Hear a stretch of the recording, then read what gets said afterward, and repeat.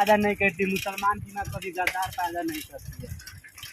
तो जान तेरा डायलॉग कहाँ मराई रहे जम्बू गए रंजन होने कौन मानसर नहीं खे और देखिए घूम है तो छोड़ी छापत रंजन मेहदी ठीक बा।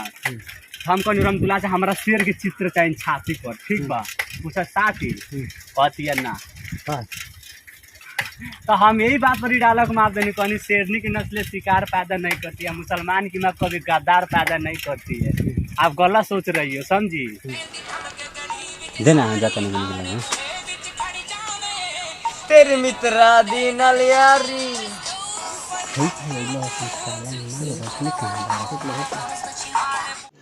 रुको जरा सबर करो, बोला धक्का बुक्की नहीं करने का, आराम से लेने का। हाँ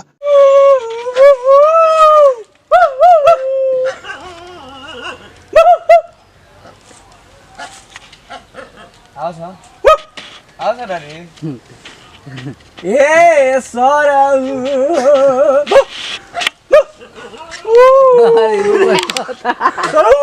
वो गरिया होता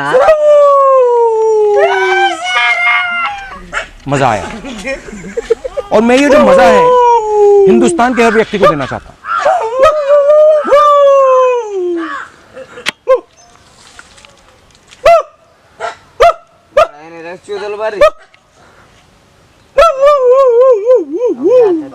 जात मिला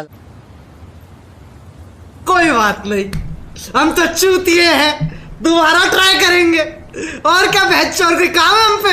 मिला ले बाप जात मिला ले बाबू, मुझे तक हमनी के जाति के होवे ना।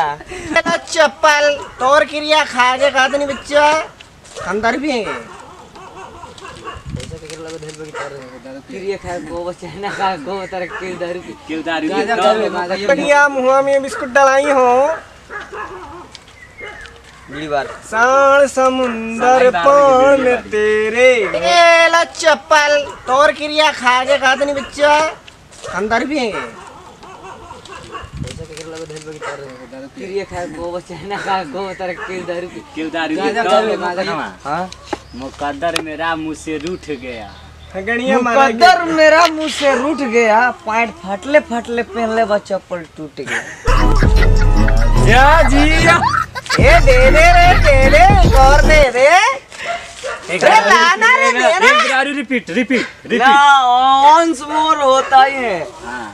बाकी साला जो हो गया जो खो गया सो चलिए सारा मारना। तू बैठ मेरी सामने में तुझे देखता, तू आती जाती रहती है मैं तुझे देखता रहता हूँ। एक बार जम्बू में दरिया पी के सारा मारला रहला कहाँ रखल बा कभी कभी सब हाथ दूर जाए हम कौन ही लड़का जाके लड़का लेके सब याद देख लो पैसा से देला हसन चुराई के देता रसन 115 रुपया लेला हसन 4 गो देला सब याद इतना ज्यादा चाले गइल बा मत फोकस बना के साले पैंट फाड़ दूं मैं कोई से कि ना कोई से कौन जो कदू पियनी हो कदू मन कोई ना को मन को तो दोस्त चोरा लेनी पैसा नहीं के तो फिर पियावो ई कौन मन हो ई कौन मन है धन रहे तो मन बढ़ाई या धन नहीं के तो मन के सुताई।